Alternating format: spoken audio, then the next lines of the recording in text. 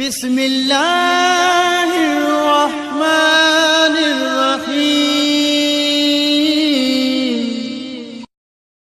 أعوذ بالله من الشيطان الرجيم بسم الله الرحمن الرحيم الحمد لله رب العالمين والصلاة والسلام على رسوله الكريم وآله الطيبين الطاهرين المعصومين أما بعد فقد قال سبحانه وتعالى في كتابه المجيد بسم الله الرحمن الرحيم إنا أعطيناك الكوثر. मोहतरम नाज़रीन, जीअं त असांजी गुफ्तगू मसाइब जनाब सैयदा फ़ातिमतु ज़हरा सलामुल्लाह में हली रही ऐं उनजी अॼु 12 नंबर किस्त सां तव्हांजी ख़िदमत में हाज़िर आहियूं। ऐं गुज़िश्ता किस्तनि में असां जनाब सैयदा जा मसाइब बयानु कया जेके उम्मत उन ते वसाया, जेके उम्मत जी तरफ़ां जनाब सैयदा ते मुसीबतूं आयूं। अॼु असां बयानु कंदासीं वसियत जनाब फ़ातिमा ज़हरा सलामुल्लाह अलैहा, जंहिं में ख़बर पए थी त जनाब सैयदा ते केतिरियूं मुसीबतूं आयूं ऐं जनाब सैयदा जे मुसीबतनि जी अकासी करे सघिजे थी वसियत जे अल्फाज़ मंझां।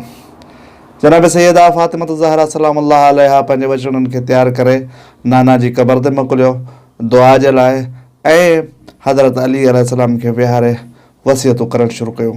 जनाब सैयदा वसियतूं कंदे पहिरीं वसियत कई, या अली, अगरि मूंखां का ग़लती थी हुजे त मूंखे माफ़ु कजो।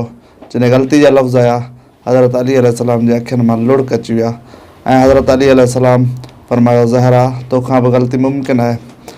उन खां पोइ जनाब सैयदा वसियत कई, या अली, मुंहिंजी ॿी वसियत इहा अथई त हीअ अरबनि जो जेको जनाज़े खणण जो अंदाज़ आहे इहो मूंखे पसंदि न आहे, छो जो इन अंदाज़ सां इंसान जी क़द ऐं क़ामत मालूम थी सघे थी।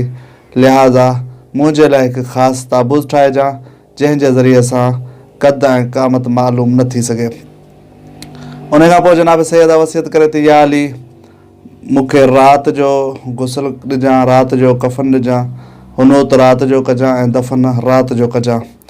ऐं अॻिते जनाब सैयदा वसियत करे थी, या अली, जिन्हनि जिन्हनि असां ते ज़ुल्म कया ऐं जेके जेके असांजे दरवाज़े ते बाहि खणी आया ऐं जेके मुंहिंजे बाबा जे जनाज़े खे छॾे विया, या अली, उहे मुंहिंजे जनाज़े ते न अचनि।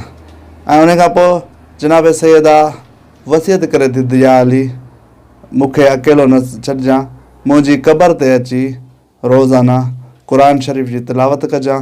ऐं जनाब सैयदा वसियत करे थी, या अली, मुंहिंजे बचड़नि जी पारत हुजे, छो जो मूंखां पोइ मुंहिंजे बचड़नि जो अगरि कोई ख़ैरु ख़्वाह आहे त उहो सिर्फ़ु तूं ई आहीं, बाक़ी मुस्लमान बदिलजी चुका आहिनि।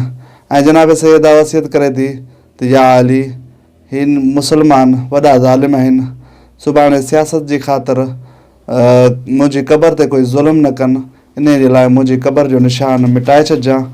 ऐं जनाब सैयदा इहा वसियत कई त, या अली, मुंहिंजे बचड़नि खे मुंहिंजी क़बर ते वठी अचिजां।